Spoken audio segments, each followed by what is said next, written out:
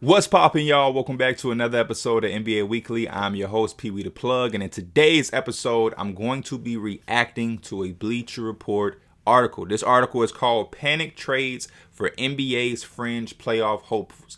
That's teams like my Knicks. That's teams like the Pacers, the Celtics, the Hawks. Teams that are on the outside looking in at the playoffs right now that can make a move to shake up their roster and get things going so that they can be in the playoffs. Before we get started into this Bleacher Report article, though, I do want to tell y'all to smash that like button. We've been doing a hell of a job over the last week or so with the likes. If you're new and you like this type of content, I advise you to subscribe. NBA Weekly right here. All this type of content 24/7. And before we dive into it, I got to say shout out to my Bleacher Report family. We are known to have some crazy articles when it comes to trades, whether it's MLB, NFL, NBA. So please don't take it personal if I say anything crazy about any of these trades in this article. It's all love. Y'all know I love my Bleacher Report family. But without further ado, let's dive right in it. So the first trade, I'm going to skip the main source of talking. I understand the trades. So the Hornets upgrade at the center position, and the Kings get help on the wing. And it says that the Charlotte Hornets receive Richaun Holmes and Marvin Bagley III, both of them. I wasn't expecting both. Richaun Holmes definitely.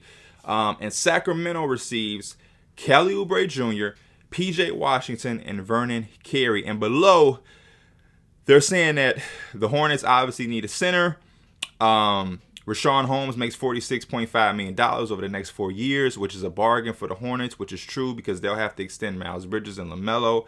And then also what I didn't know, as I'm seeing right here, is that Richaun Holmes is converting the second highest number of shots from the field at 70.5%, right behind Rudy Gobert. I did not know that. And it says Charlotte also gets to take a flyer on Bagley, who's putting up 11 and 8, which is why I don't think the Kings would just toss him into a deal like this. Maybe if they still had Luke Walton, but I don't know. Over his past 13 games, All-Stars, if he fits well between now and summer, the Hornets have the right to match any offer of the restricted free agent. And it says the Kings are loaded in the backcourt but could use some help on the wing. Oubre averaging 16, 4, and a steal on 37% from 3 could immediately take over as a team starting small forward. Washington can play both center and foul forward, eating up some of the leftover minutes from Holmes. I will say, I really like this trade for the Hornets, as Bleacher Report explained very well. The hole at center has been evident for the Hornets. We've all talked about this over the past summer, about them getting a center, trading for a center. Every time Miles Turner names come up, we link him to the Hornets, obviously. And Richaun Holmes at $47 million for a team like the Hornets, who's going to have to pay LaMelo real handsomely. It seems like Miles Bridges is going to get paid handsomely. You pay Gordon Hayward, you pay Terry Rozier. Money's going to be tight. So if you can get a nice starting center like Richaun Holmes, who fits the style they play for less than $50 million over the next 4 years, that's kind of a steal. Also, the Marvin Bagley thing. I think if you bring Marvin Bagley to that type of environment with a LaMelo Ball, with Miles Bridges, you know what I mean? Terry Rozier, they just have like a fun atmosphere, easygoing team. If I'm the Kings, I may hold on to Bagley. Because the numbers he was putting up in his last 13 starts are some very good numbers. And I think if you allow him to keep going into that direction, especially while he's still this young, you can probably rework your way. It's an L. You missed out on Luka, Trey. You got the bad part of the draft, but Marvin Bagley can still be a serviceable player when given opportunity.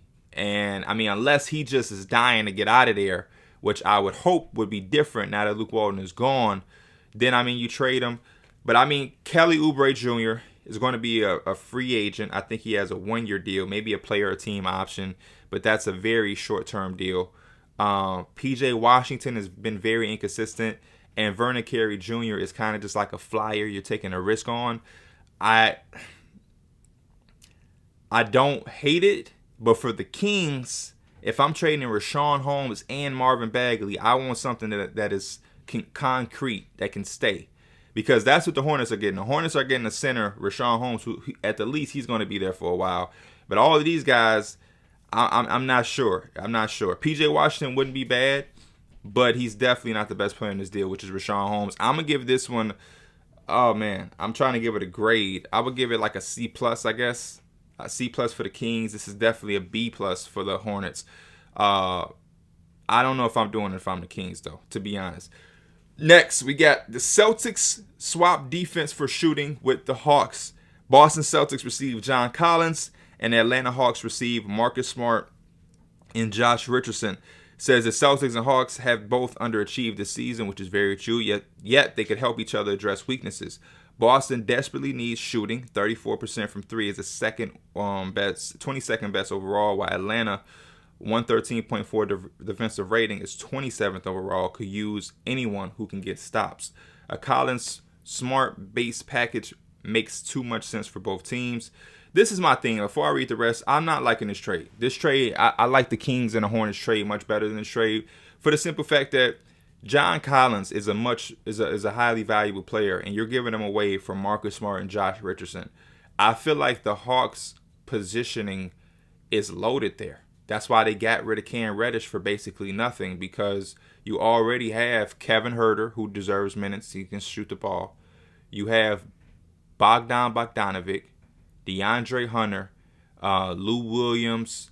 You got all these guys that play and fight for minutes, and now you're going to add to that Josh Richardson and Marcus Smart, and the thing you're giving up doesn't play their position. So now you're going to have Marcus Smart, Kevin Huerter, DeAndre Hunter, Bogdanovic, Lou Williams, Josh Richardson.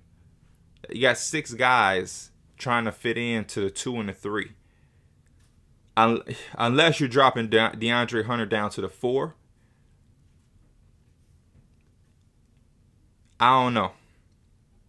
And for the Celtics, don't get me wrong, the Celtics need a few things, but the Celtics mostly need a point guard. That's their problem. They don't have a point guard. They don't know how to stop the bleeding from run. They don't have a real floor general point guard who's going to be able to distribute the ball to Jaylen Brown and Jason Tatum and stop the isolation basketball. So they need a playmaker. I don't think adding a 4 who's already upset with the Hawks about his fit and his role on the offense, adding him to Jaylen Brown and Jason Tatum, I don't think figure this out. I'm going to X this trade. This trade is an F to me.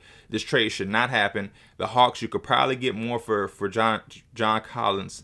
And Marcus Smart, as good as he is defensively, I don't think he answers all the Hawks' problems. And I don't think John Collins solves the Celtics shooting problems either. I think there's much better trades for both teams, especially the Hawks.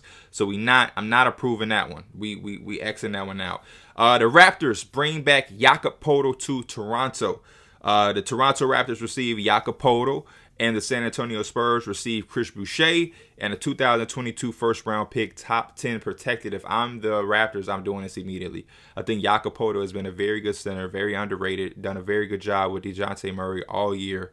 And I feel like that's one of the biggest holes in the Raptors team right now. Precious Achiuwa, not what I thought he was going to be, not playing as good as I thought he could. Kim Birch is obviously solid, but he's not a starting center.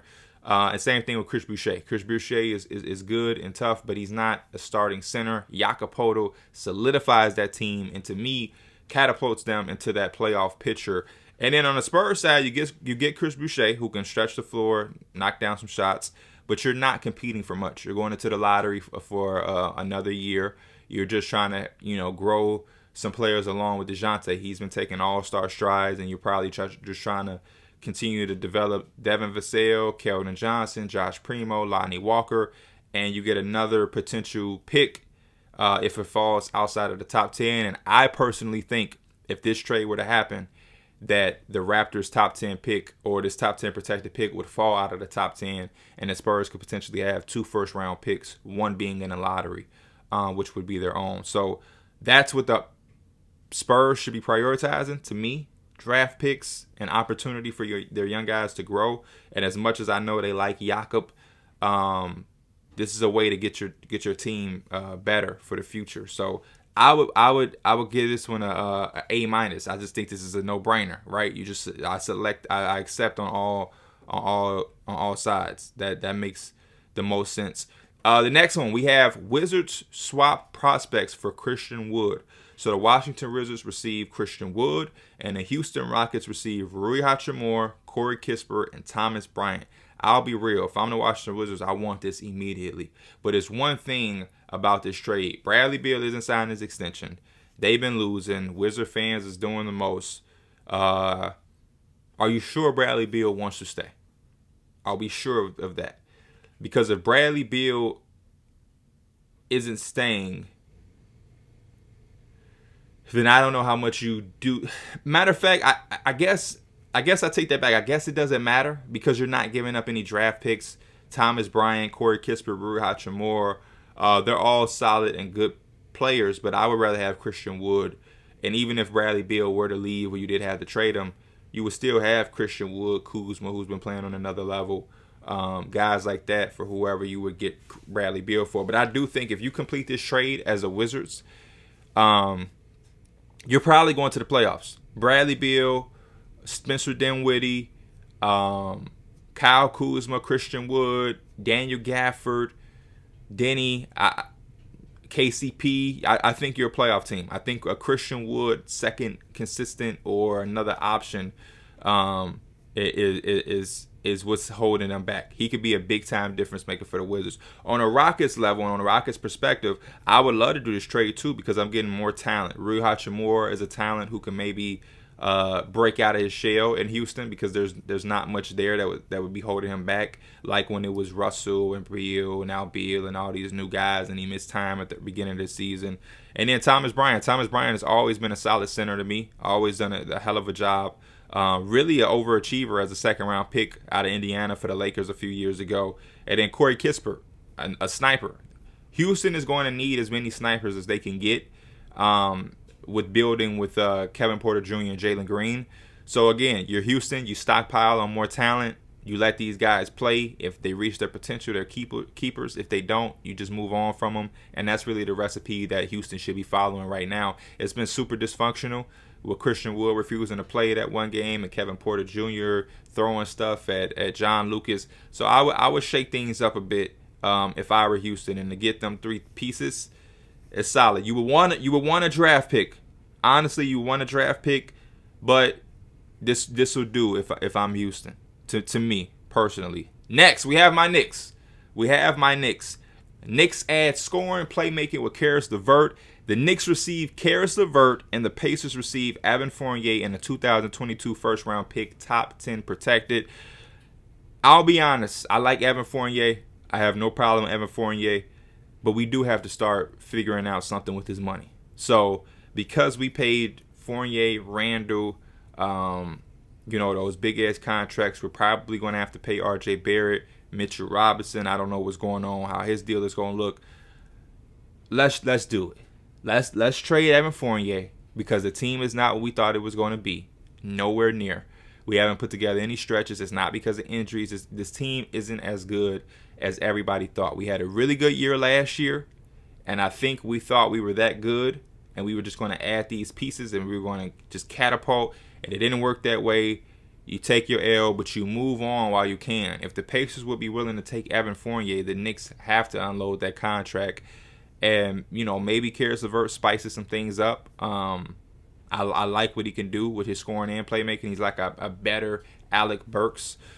But we do have to start figuring out ways to get away from some of that money that we loaded up.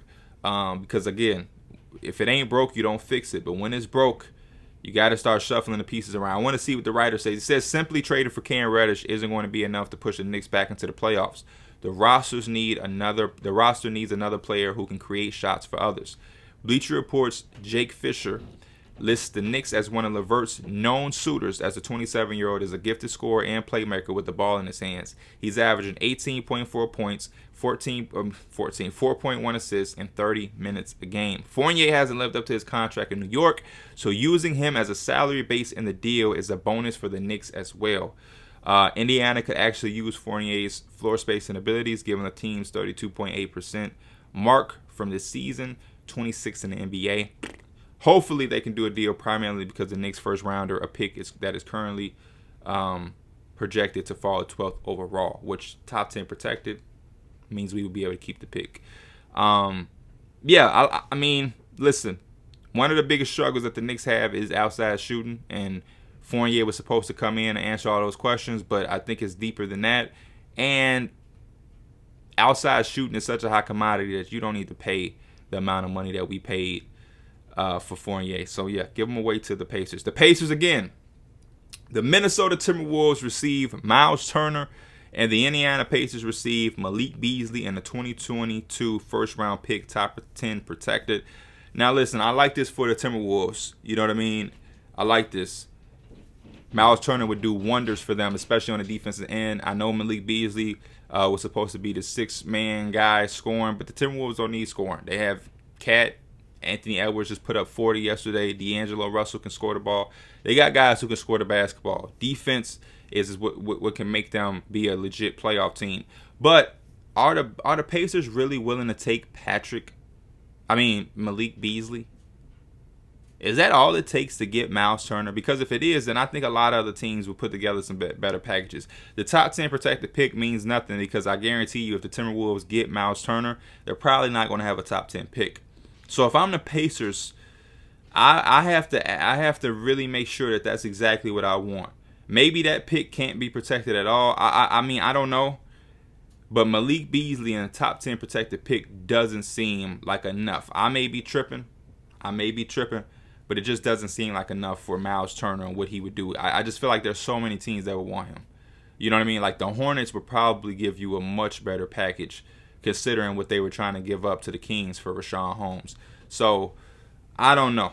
I don't know if I'm doing this one. I like it for the Minnesota Timberwolves. Don't think that may be enough for the Pacers. But that would be very, very intriguing. I want to see what they say. It says a stress reaction to foot could have turned out into the middle of February, but that shouldn't stop teams from pursuing. Jake Fisher writes, while still enriched in Ben Simmons' conversations, the Timberwolves remain in the market for a front-court partner for Karl-Anthony Towns. Despite his successful pairing with Jared Vanderbilt, it's believed Minnesota is willing to part ways with Malik Beasley. I can guarantee that they are. A front-court of Towns and Turner will be a terrific blend of elite scoring and rim protection. Facts. Although both are technically centers, the skill sets between the two players are different enough that there should be no problem sharing the floor together. Beasley is 25, putting up 18.83 21 and shooting 30 for 3 in 9 games as a starter. A role give. Okay, I wasn't aware that his numbers were that good as a starter. Maybe at 25, him putting up 19, 3 and 2, maybe the Pacers would indulge in that. His contract isn't that long, you know what I mean? So we shall see. Next, we have the Lakers. Of course. The Los Angeles Lakers finally add a piece that fits. Los Angeles Lakers receive Eric Gordon, a 2024 second-round pick, a 2026 second-round pick, and Houston receives Taylor Horton-Tucker and Kendrick Nunn. It's been funny. I've been seeing the THT and Kendrick Nunn pairing on the timeline for a while. The Lakers are trying to send that those two players together to any team that's willing to take it. Fuck it. You know, the Houston Rockets take it. Houston doesn't have anything to lose. So just stop. The same thing I said about the other trade that they were in with Christian Wood. You know what I mean? At this point, just get as much youth as possible and let them ball out and see if anything materializes. But there's no reason to have Eric Gordon. I think Jalen Green and some of the other rookies haven't had as good of rookie seasons that they potentially could have because you have guys like Eric Gordon who are out there trying to hoop and get theirs. You know what I mean? I don't think it's really working. So I would give him away, especially because he has 3 years left on that deal too. Lakers, they could use the Eric Gordon shooting and spacing that he could provide. Los Angeles Clippers pick up some firepower with Terrence Ross. So we have the Los Angeles Clippers receiving Terrence Ross and Michael Carter-Williams, and the Orlando Magic receive Eric Bledsoe and a 2022 second-round pick, 2023 second-round pick. I'm not mad at it. Terrence Ross and Paul George do have a relationship. I've seen them hanging out. I think their girlfriends are friends or something like that. So I think he would fit in right there. Eric Bledsoe is a contract that the Magic can let off the books. I think he has like a team option, maybe a team option, but I think this is the last year of his deal. You can just part ways with him. The Magic also received two second-round picks, extra picks. And Michael Carter-Williams, Magic fans have been saying they want him back to help their defense. So I guess you may get something there if you're the Clippers. But Terrence Ross definitely is a firepower scorer. And I loved what the Clippers do. They fight.